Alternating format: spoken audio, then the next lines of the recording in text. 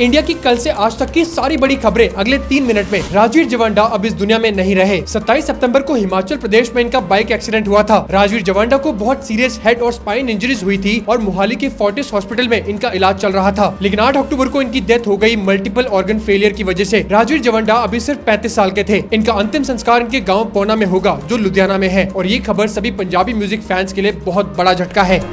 UK prime minister Keir Starmer India में 2 दिन के टूर पर आए हैं। इनका मेन फोकस है UK India free trade deal को जल्दी से इम्प्लीमेंट करना। ये डील जुलाई में साइन हुई थी और इससे दोनों देशों के बीच का ट्रेड 2040 तक $34 बिलियन तक बढ़ सकता है। कियर स्टारमर पीएम मोदी के साथ मीटिंग करेंगे, जिससे यूके और इंडिया के बिजनेस रिलेशंस को और स्ट्रॉन्ग किया जा सके।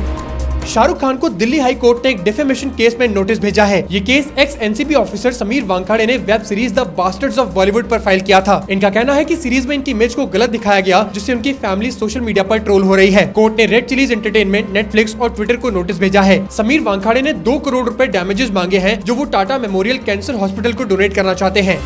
इंडियन आर्मी ने नया कंबाइंड फिजिकल टेस्ट अनाउंस किया है, जो 1 अप्रैल 2026 से स्टार्ट होगा। ये टेस्ट सभी रैंक्स के लिए होगा, अग्निवीर से लेकर जनरल तक और 60 साल तक के ऑफिसर्स के लिए भी। ये टेस्ट साल में 2 बार होगा और इसका रिजल्ट प्रमोशन और इवैल्यूएशन पर डायरेक्टली इफेक्ट करेगा। साथ ही एक नया यूनिट ऑपरेशनल एफिशिएंसी टेस्ट भी होगा, जिसमें पूरी यूनिट मार्च करेगी। इसका मेन एम है आर्मी के लिए एक रियलिस्टिक और स्टैंडर्ड फिटनेस सिस्टम बनाना। इंडिया ने तालिबान, पाकिस्तान और चाइना के साथ मिलकर डोनाल्ड ट्रंप का विरोध किया। ट्रंप चाहते हैं कि बगरम एयर बेस, जो काबुल के पास एक यूएस बेस है, अमेरिका को वापस मिल जाए। तालिबान ने इस डिमांड को रिजेक्ट किया और कहा कि अफगानिस्तान की जमीन पर कोई फॉरेन पावर का कंट्रोल कभी एक्सेप्ट नहीं होगा। इंडिया भी इस जॉइंट स्टांस में शामिल हुआ। इससे क्लियर मैसेज गया कि इंडिया भी फॉरेन इंटरफेरेंस के खिलाफ है। टाटा ट्रस्ट के अंदर अभी बड़ी लड़ाई चल रही है। कुछ ट्रस्टीज पर आरोप है कि वो अपने आप बड़े डिसीजंस ले रहे हैं, जिससे नोएल टाटा और दूसरे लीडर्स का कंट्रोल कम हो रहा है। सबसे बड़ा झगड़ा महली मिस्त्री की नॉमिनेशन को लेकर हुआ। इस वजह से नोएल टाटा और एन चंद्रशेखर ने अमित शाह और निर्मला सीतारमन से मीटिंग भी की। सरकार ने क्लियर कहा है कि टाटा ग्रुप में स्टेबिलिटी जल्दी लाओ, चाहे कुछ ट्रस्टीज को हटाना ही क्यों ना पड़े।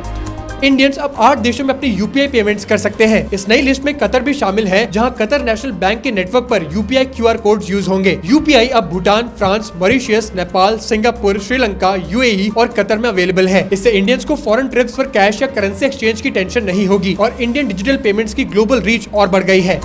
एक गलती से साबरमती से गुड़गांव जाने वाली वंदे भारत ट्रेन ने नया रिकॉर्ड बना दिया। इस ट्रेन का रूट 898 किलोमीटर का था, लेकिन टेक्निकल प्रॉब्लम्स के कारण ट्रेन को डिटूर करके लगभग 1400 किलोमीटर चलना पड़ा। प्रॉब्लम थी कि ट्रेन के पास हाई रीच पेंटोग्राफ नहीं था, जो इलेक्ट्रिकल वायर्स के लिए जरूरी है, जिसकी वजह से ट्रेन को लंबा डिटूर लेना पड़ा। जर्नी 15 घंटे के बदले 28 घंटे में हुई और ये सबसे लंबी वंदे भारत रन बनी। तो ऐसे अपडेट्स के लिए मुझे फॉलो जरूर करना।